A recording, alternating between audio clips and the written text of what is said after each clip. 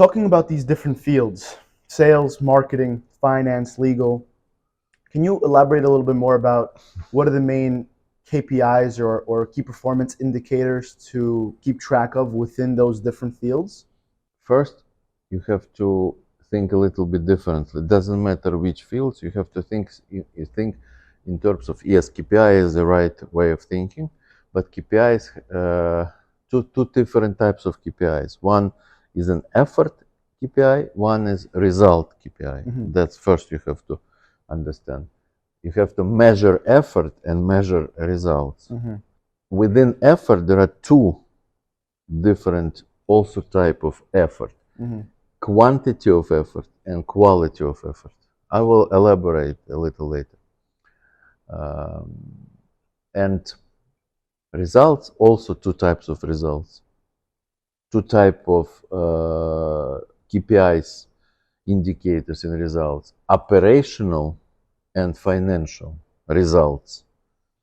So this is much more important to understand, because in each department you have to and you have to measure those four separate KPIs. It's my system that I created personally. That's how I manage all my businesses. Mm-hmm. So basically, let's say you take a salesperson, one salesperson. You have to measure first quantity of the effort. How many hours did she or he worked? Mm-hmm. Simple. How many hours? 8 or 6 or 4. You have to be conscious. You have to know this, Mm-hmm. because people usually don't know, Mm-hmm. especially with remote work. So you have to know how many hours. Not sitting, not being in the office, working. Yeah. That's number one. Quantity of effort. Number two is quality of effort. Quality is subjective. Subjective score of phone calls, if it's a salesperson selling on the phone. Like I said before, excellent, good, bad, or terrible, 5, 4, 3, or 2.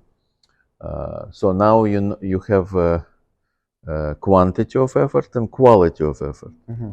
So all results are because of effort. So we have to first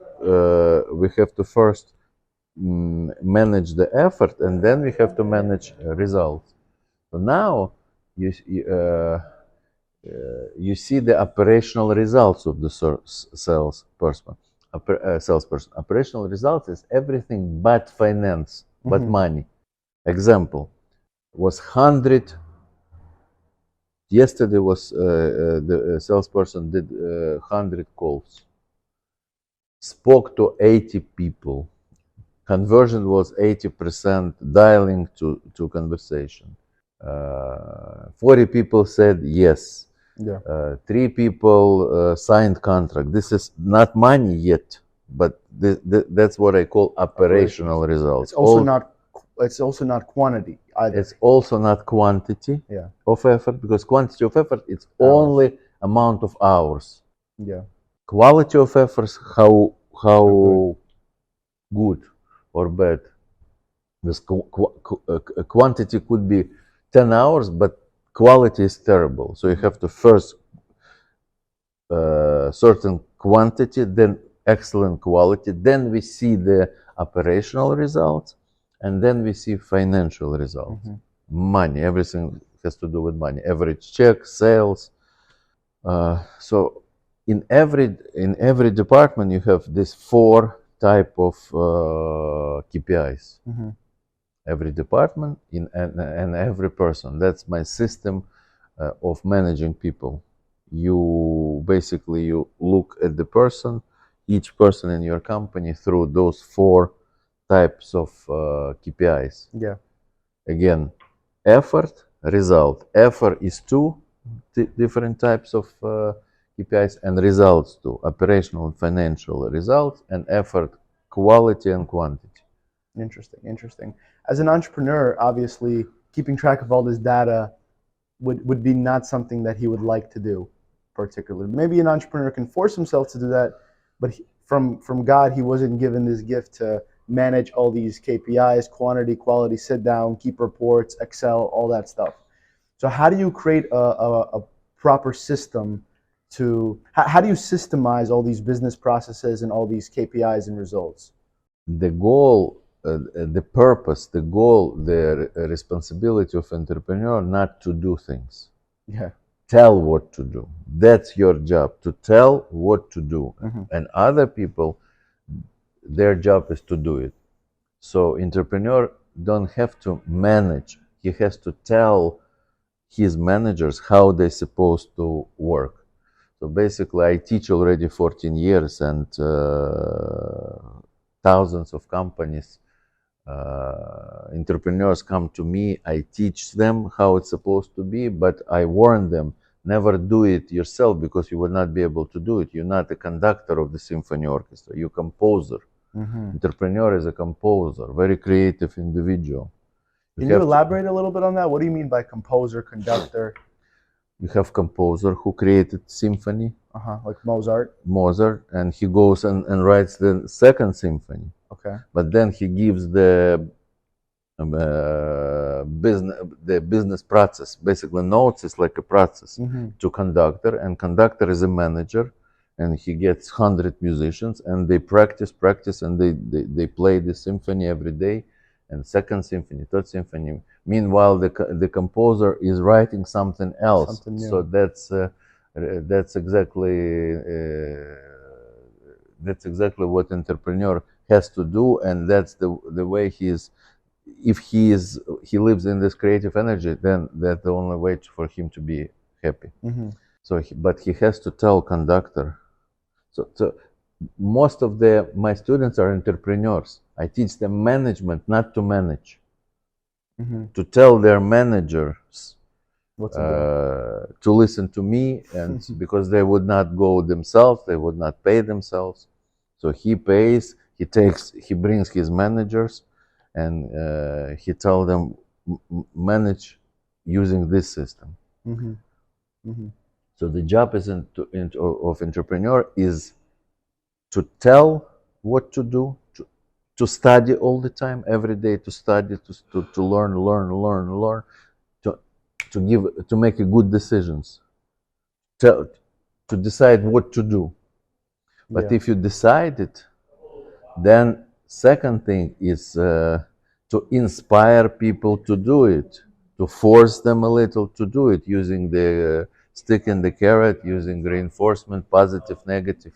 So Alex, you've mentioned that an entrepreneur's job is to come up with the idea and then give it over to a manager for him to actually run this idea and this business process that he's developed. Not only idea, Mhm. it's ideas and decisions. Ideas and decisions. Idea is something big.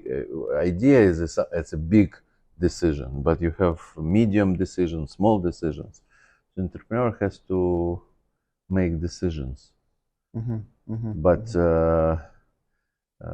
example with the chess, business is a mental game, similar to chess. The difference is in chess, you decide which move to take, and then you take two fingers, very easy, tick, and you don't need to delegate. You do it yourself.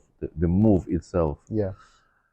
So 99.999 is in decisions. If you make right decisions, to do it very easy. So whoever makes better decisions wins. Business is also a mental game, not physical game, like basketball, hockey. It's a mental game similar to chess, but there are two things. You have to make great decisions, and then it's even harder to make your 100 or 200 or 1,000 or 5,000 people to do it. Yeah. So management and operation is how to make many people do what you decide. That's what I teach in my school. Entrepreneurs are usually good in knowing what to do, but how to make this 50, 100, whatever, 200,000 people to do it, especially now with the remote work, everybody is working from in different cities, different even countries. So in my 30 years of experience, that's was my main passion. Yeah. So I learned it myself, and I teach with passion other entrepreneurs. Yeah, I feel like I come up with ideas every single day. I'm like, I'm gonna start making content differently. I'm gonna start running my sales cycle differently. But half of these ideas just go down the drain because I'm not gonna pick it up with my own hands and do it myself. I need to delegate that work. I need to delegate that You work. have to So have army. You have so to be how do I general. build this army and how do I get these people to do these business processes without me doing it? You have to have, if you're a general, true general, you have to have an army behind you. But army is always led by one chief, Mm-hmm. which is not you. You're the chief of strategy. Mm-hmm. You're the owner of the hospital. But in your hospital, you need a chief doctor, professor with a beard, with Mm-hmm. a 40 years of experience. And you're the owner of the doctor, or owner of the hospital. So that's how you owner of the sports team, but you need a coach. Yeah, I would imagine that these chiefs, these very very good managers, they're not just sitting on the street somewhere. They're probably employed by a different company, right? Not So, necessarily. You cannot hire in the small medium company like real professional managers. They would not go and work for company of this size, and you would not be able to afford. That's why you need to find talented young manager who is underrated. They don't even know themselves they're talented. mhm, I help my students to identify this type of young underrated managers, yeah, and my with using my system we teach them very fast. I teach them very fast, and mhm, because I have the processes how to manage exactly A to Z, I have a complete system. That's why talented manager who doesn't even know that he has this um, abilities, not experienced, I can teach very fast to be a pretty good manager. Enough for the medium, small and medium-sized business enough skills, and this company will grow. mhm, mhm, I grew from my recent big success was the company that I start managing was 300,000 per month mhm. revenue, and I grew it to $20 million per month. Wow, 300,000 to 20 million. 70 employees to 10,000 employees. wow. 7 years. Well, what's this business? Can you share with the people? It's biggest, probably biggest sushi restaurant chain in the world. I start. I was. It's not one brand. I started buying different brands, Interesting. and I was taking the talented young operational guys and girls and teaching them management instead of hiring very experienced managers. Was gave me much better results. Mhm, and mhm. and not only I did it myself. I have a lot of students who are using my system, and I help them to implement the system, and they're also growing very fast. So if someone becomes your student, and you mentioned earlier that you will help them scope out this young talented manager, will you also teach this young manager the proper way of managing? Yes, exactly. It's a theory that I give, mindset, values, principles, and processes. Exactly. By 11 o'clock, you have to do this report, exactly what you need to Hmm. write in this report, the feedback to each member of your team, the score, the feedback on feedback. I have a complete system, which is basically pretty simple because I was crafting it for 30 years. I was making it simpler and simpler Yeah. and better and better. So as an entrepreneur, since you're not going to be involved in the day-to-day operations and you have a manager doing this, how does the entrepreneur overlook, efficiency in the work and make sure that everything is running smoothly? How does he overlook everything? I also teach entrepreneurs what they have to do. Mhm. It's a job of entrepreneur not to manage, but every day to have a helicopter view, I call it, to see all the key numbers of the business, to see the health of the business, how the each unit works. If you have a chain of, let's say, restaurant, 50 restaurants, how each restaurant works using the numbers. Mhm. So I help them to create indicators which shows the health of the business. It's maximum 1 hour, 30 minutes to 1 hour, because entrepreneur typical doesn't have more patience Mhm.